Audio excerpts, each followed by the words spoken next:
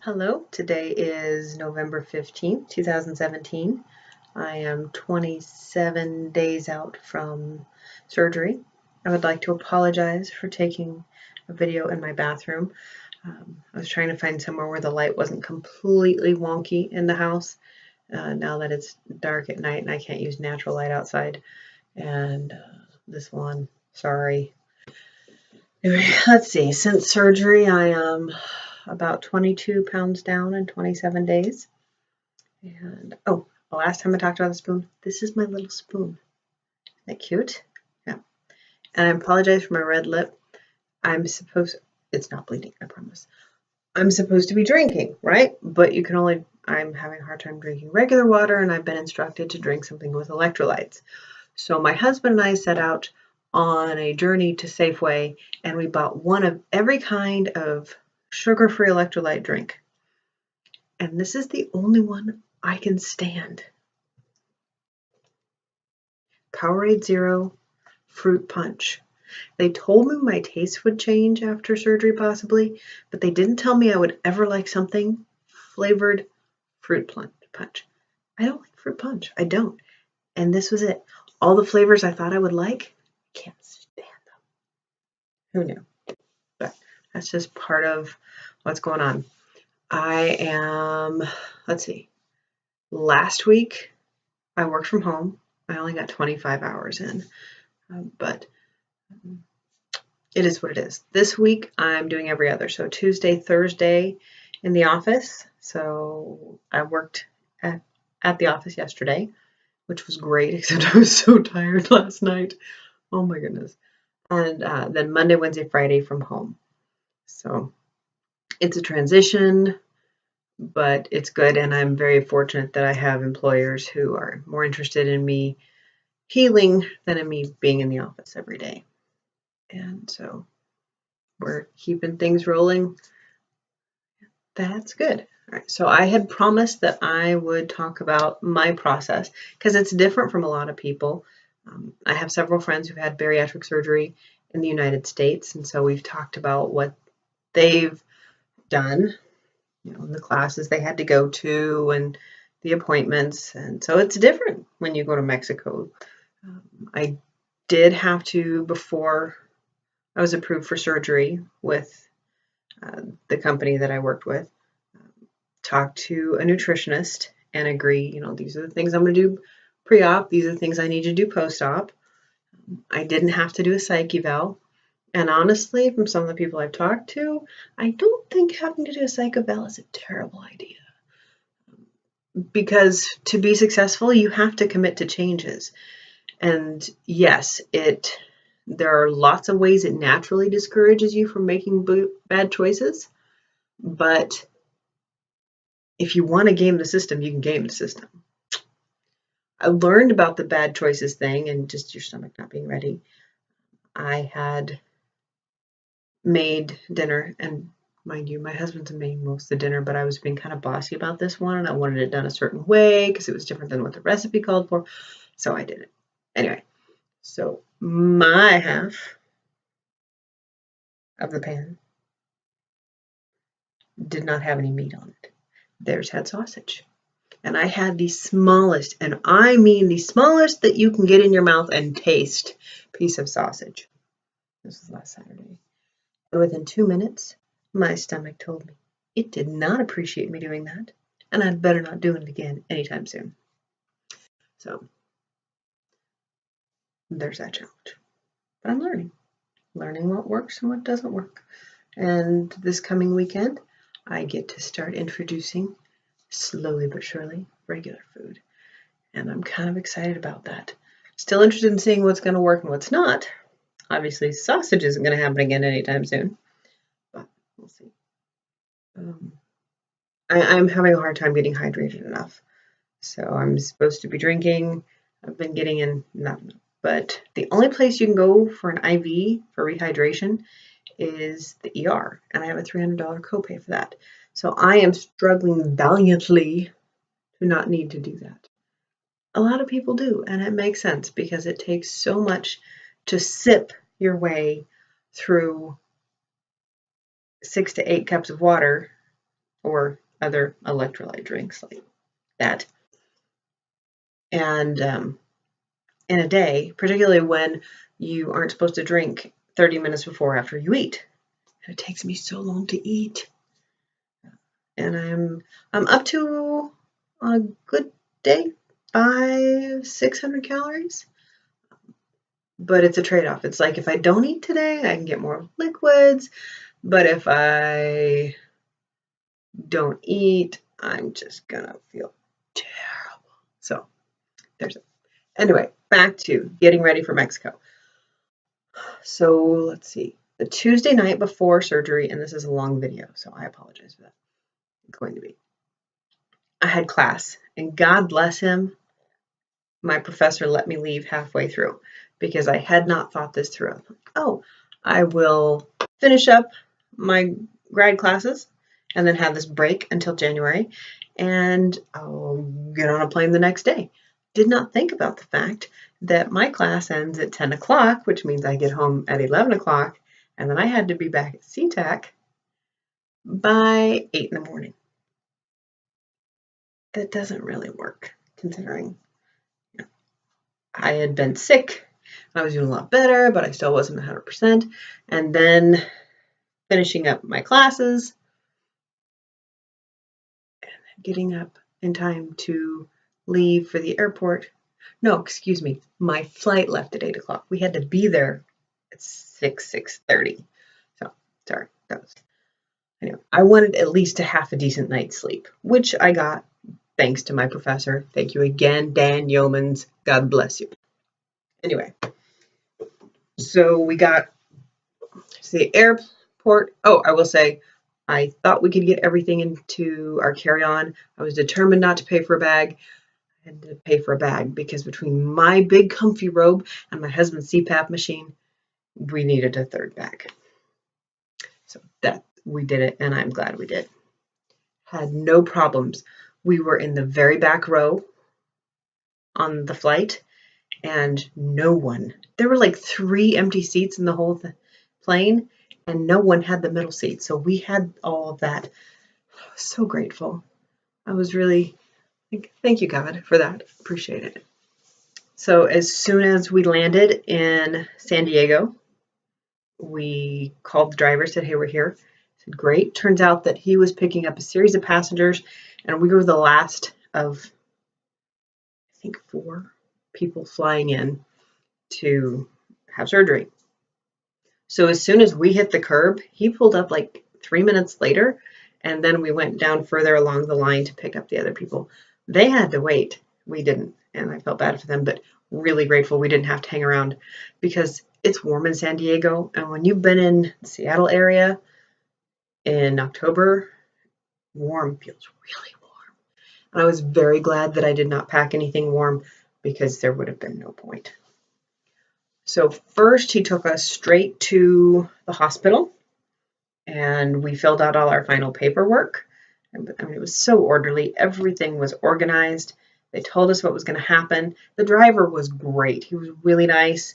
And I learned a lot about San Diego and Tijuana. I would never, ever drive in Tijuana. I couldn't. Okay. I would be in a car accident. I can tell you that. I don't want to call their drivers crazy because it's probably just a different way of doing traffic because they're all doing it and not getting in car accidents. But it terrified me, and I was very glad someone who was experienced handled this job.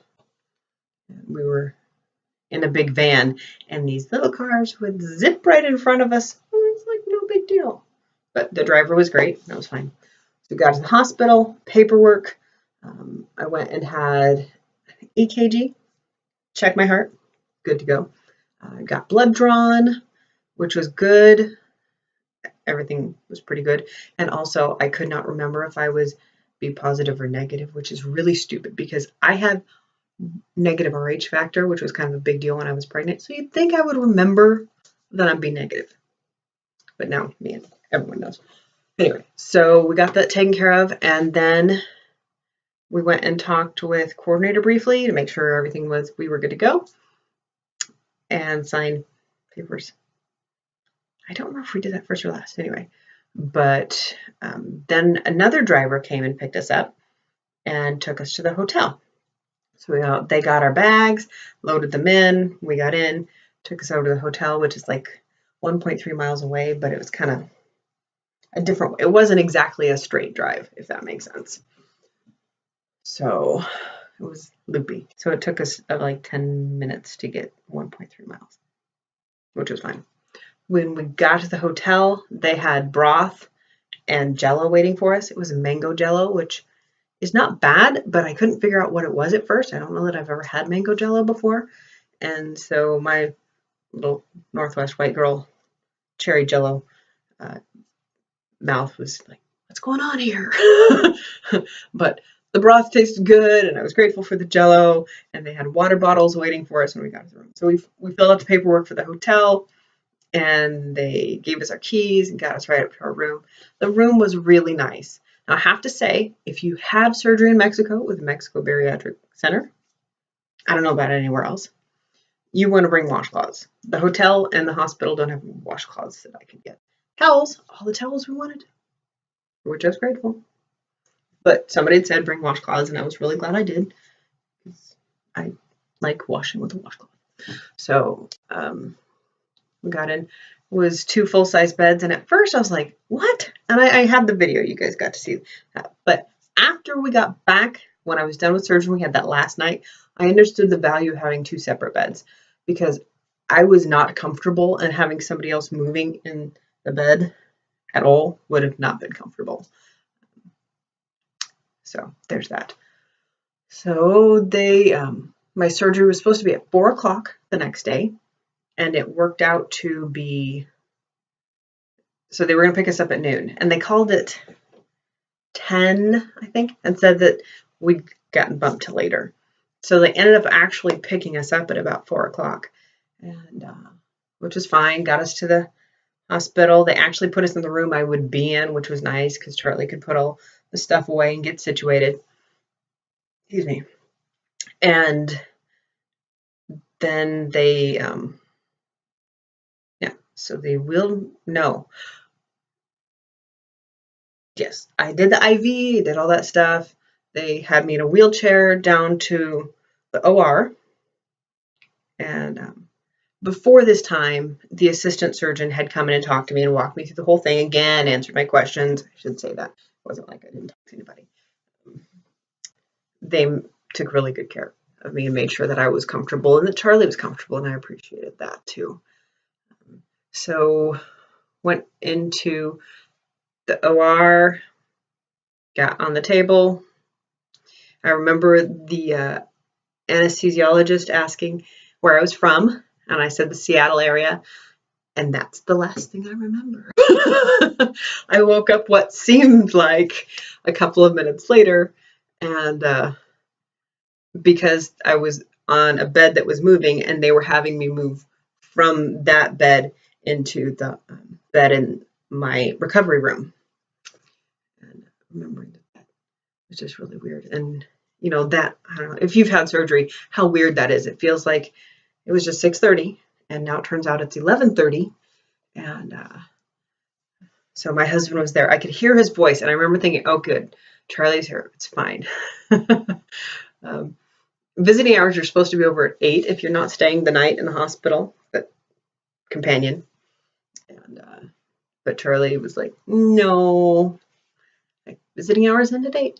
That's nice. I'll be right here until I see that she's alive and well, and then I'll go to back to the hotel. Which they were really sweet about. They didn't have any problem with that. In hindsight, if I was gonna do it again, I would have him stay at the hospital with me. I thought it would be a really good thing that he would get to go to the hotel every night and sleep, but it turns out both of us are so used to sleeping in the same room that neither of us slept as well as we would have if we'd been together. And also, the call button didn't work in my room. And they came and checked on me every hour, so it wasn't, and I was fine, so that wasn't terrible. And because I had a more intense surgery, I'm assuming that's why, I was next to the nurse's desk. But it would have just been nice if he had been right there in the middle of the night. So I did wake up at 1:30, so 2 hours after getting out of surgery, I had to go to the bathroom, was calling, and which could have gone really badly, honestly. Had to go, wasn't up to pulling that door open to call somebody to help me. I mean, I would have had to go across the small room to open the door. Doors were heavy, which is fine. But I actually took my IV pole and made it into the bathroom and back. And I was so glad that I had preemptively put a bottle of Purell on the counter, because there was no way with my IV I was going to wash my hands. That just wasn't going to work real well yet. Speaking of IVs, I blew through 8 of them. I ended up, when they finally took my IV out 3 days later, Sunday at noon, it was in the 9th site. You can't see them now, thank God, but I had a huge bruise here and a big bruise there. And then this one, you can see a little bit. That was the worst bruise I've ever had in my life. None of them hurt particularly badly, okay? But 9. It's just my veins. I think back when I had our daughters, this is just my guessing, I kind of destroyed my veins being so dehydrated for so long, and having, PICC line and all that good stuff. So that was, I would say that was the only problem I had the whole time, was my IVs would blow. I would wake up and look up and go, I don't think there's supposed to be blood in the line. So I'd pad out to the nurse's station and say, I don't think it's supposed to do this. She'd say, all right. So all the nurses, men and women, spoke some English. Some were very fluent and some were slightly fluent. But I would have to say everyone was super nice. There was one male nurse who was, I don't want to say brusque, he was just very businesslike. He was the only one who didn't explain every single thing he was doing to me. Everybody else, and I got there Thursday night, and I was there all day Friday and all day Saturday, and checked out Sunday at noon. We headed back to the hotel. And they would come in, ask how I was doing. They would check the IVs, and then if they were giving me medicine, they would tell me what each one was, what it was for. And I really appreciated that. Because I had pneumonia previously, they also gave me breathing treatments and made sure that my lungs were doing well. The morning after surgery, they got me walking. And so Charlie and I would walk those floors. There were 4 floors we could walk. And so we developed a pattern. And he's so great. I'd be like, I don't really want to go for a walk. He's like, it's time for a walk. Just like it's time for a sip, which I need to do, actually. So he has been a champ through this, and he's getting a cold now. And I think it's because he's been trying to, now the kids are home. Yay, I miss them. But my mother-in-law was right. It was really a good thing. She was absolutely right that they were in their care and not here, because I was full-time for him. But taking care of them and the house and me, because I've been kind of labor-intensive for him. And so I don't remember what I was saying. I apologize for that. So, but yes, we went on those walks. Lots of water, when I can. Anyway. So every day I did what I was supposed to. On Saturday, they let me take a shower. That was the best thing ever. Got to wash my incisions, which are all doing great, which I'm grateful. One is going to dimple. I'm a little annoyed by that, but what are you going to do, right? I don't think you really get to pick, but they're doing well. So 3 days, like 72 hours total in the hospital, kind of. Anyway, and then they said I was doing good enough to go back to the hotel. They took my IV out. The driver was there waiting. We got packed up. And so, yeah, we got there about noon and did a little walking outside. Went to the little pharmacy that they had downstairs next to the hotel, wrong word, and got a couple things there. Exchange rate you can't beat. And rested, watched some shows, read some books, and then next morning they got us up and we had to be downstairs in the lobby at about 8 a.m. And then they took a whole load of people to the airport. The group that I came in with had gone out the day before because they were having sleeve surgery and I had the duodenal switch, which requires an extra day in the hospital. Oh, I should say, because this is important, I did a leak test, and which was gross when you just had surgery and they're putting this stuff on your system and then turning you, make sure. But that was perfect too. I don't want people to think that I didn't get all these things. Just some things my brain isn't processing. And so I came, yes, so back to the airport. And this, I was smart on this. So things I did for the flight home, which were different than coming in, is that I upgraded us for more leg room. And I had ordered a wheelchair for that part of it. So I had a wheelchair to the gate and then a wheelchair when we got off the plane. I was really grateful for that, especially because they had a mix up with the luggage for our flight, and it ended up taking an hour from when we were supposed to have the luggage come off to when it did. So that was helpful. And then they just transferred me to a chair, and we sat there and hung out until they got the luggage squared away, which is fine. And I came home with a packet. So all the blood work, my surgical information, the disc with the leak test, and I go to see my primary care doctor on Friday, and then we'll order labs according to what I'm supposed to have, because it's different from other surgeries, as it turns out. There's some more things they have to monitor. And funny stories. So first of all, my husband had the best tacos of his life at a little place around the corner from the hospital. He was actually a little bummed that they released me at noon on Sunday because he wanted to hit the taco stand one more time. Apparently, it was the best thing he'd ever had. One night, he also had a hamburger with, I can't remember, it was like sirloin, some high-end meat and shrimp. I'm not a seafood person, but he is, and he thought that was most delicious.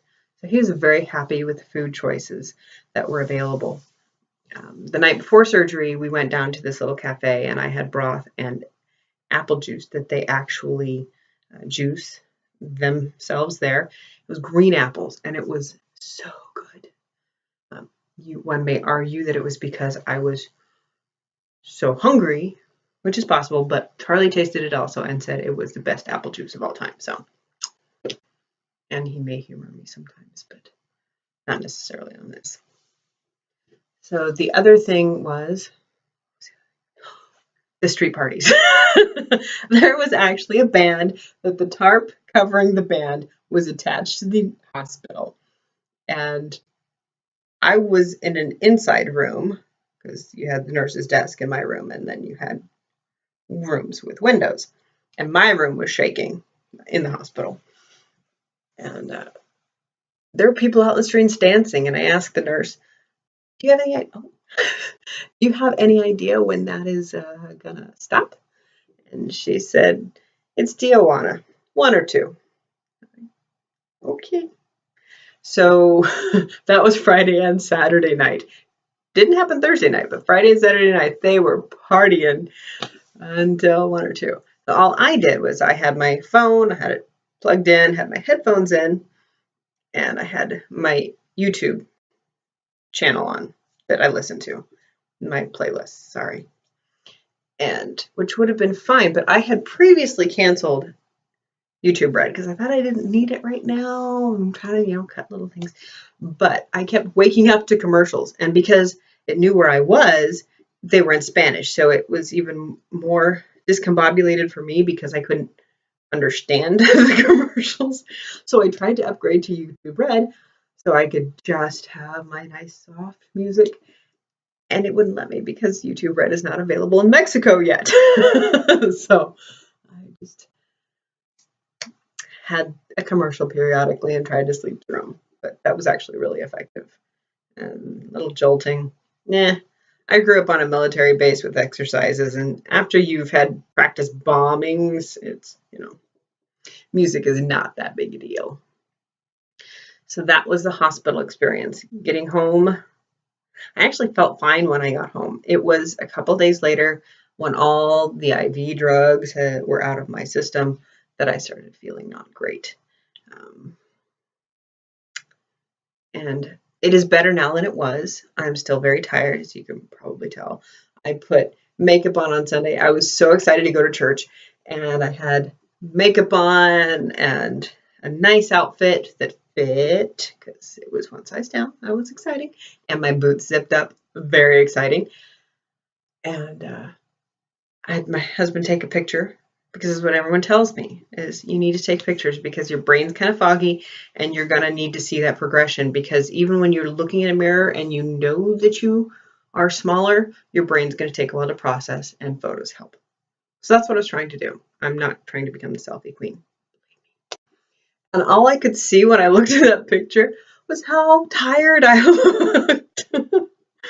But it's all right. It's getting better. I had hoped it would be 3 weeks. The doctor said it's for this surgery, it's 6 weeks before you start feeling normal. But I'm excited about Thanksgiving. Normally it's the desserts I'm excited about, but what I'm excited about is turkey, just a little bit of gravy to make it moist, more moist. I'm not saying my mom's turkey isn't moist, so don't go telling my mama I said her turkey wasn't moist, because those are fighting words. But so I'm excited about that, which is kind of interesting to me. That's what's exciting. My brother, who had Roux-en-Y, in like April, and I were talking about, well, should we modify the whole menu this year? And we agreed that we can eat little enough yet, and we can just make good choices between things, that we don't need to do that, but that next year we will need to look at that. So, because when you can only eat half a cup over the course of an hour, you choose wisely. That's 8 tablespoons. Is that even 8 tablespoons? Yes, I think so. Anyway, sorry, brain fog still. But yeah, turkey and sweet potatoes and things of that nature that are good for you. Though, even if it's only a pecan, I may have a tiny, tiny piece of my mom's homemade, all from scratch pecan pie, because she is the best cook in the world. And my grandmother is coming to spend Thanksgiving with us. I'm so excited. I saw her for Thanksgiving when I spent a year in college in Texas when I was 21. And I drove up to Oklahoma City and had Thanksgiving with the extended family there, which was really great. But that was 19 years ago. Goodness, that was 19 years ago. Anyway, but she has not been able to have Thanksgiving dinner with our family up here. I mean, all of us, together, since I was 4 years old. So it is quite the auspicious thing that she is going to be with us. And so I'm excited about that. And excited about feeling better, a little bit better every day. Having some constipation issues, but I don't know you probably, so we're not going to have that conversation. If I somehow know you and you are considering surgery and want to have that conversation, we can, but otherwise I'm sorry, not going there. And that's what's going on now.